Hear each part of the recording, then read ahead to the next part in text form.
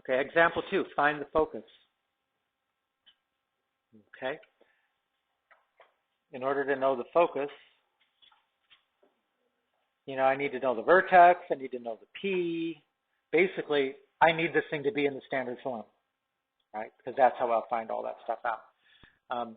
Again, what process do we have to go through so that this thing's got a x plus or minus something squared? Complete the square. It's always about completing the square. And it'll be the same thing for every section we do, these first 3 sections. In fact, you got to do it more with ellipses and hyperbolas because they always have x squared terms and y squared terms. So you're completing the square twice.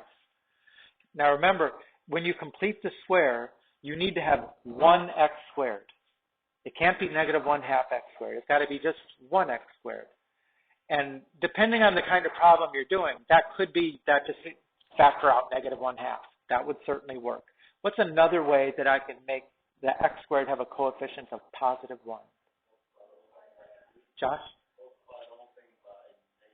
Yeah, if I multiply it by negative 2, this thing will be a positive 1. I just need to make sure I multiply both sides, every term, by negative 2. Let's see what that looks like. Right, this will be negative 2y equals x squared plus 2x minus 1.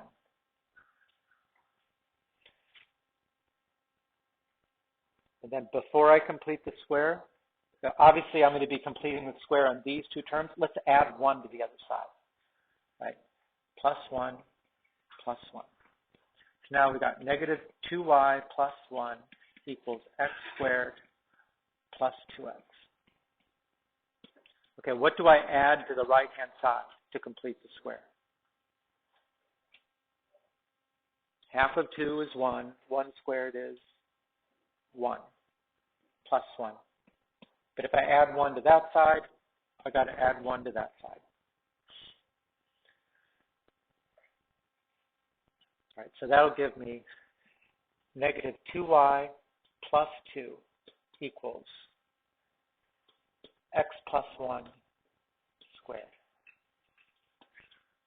which has got the squared term isolated. That's what we want. Do we have the left-hand side the way we want it?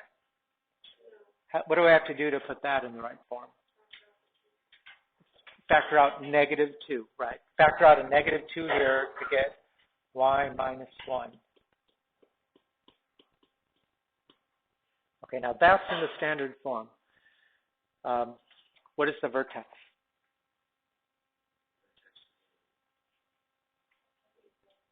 Negative 1, 1, right? So HK is negative 1, 1. Let me graph this. Right, here's 1, negative 1. So there's the vertex.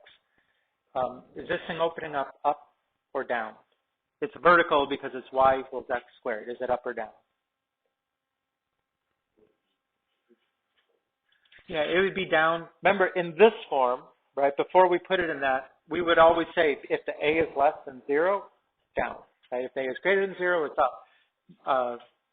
That's what that represents right there, that negative 2. So we know that if the thing opens down like that,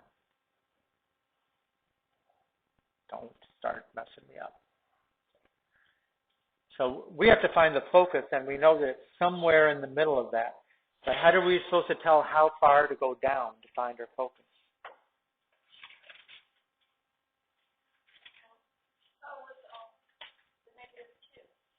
Right. What does negative 2 equal in that standard equation?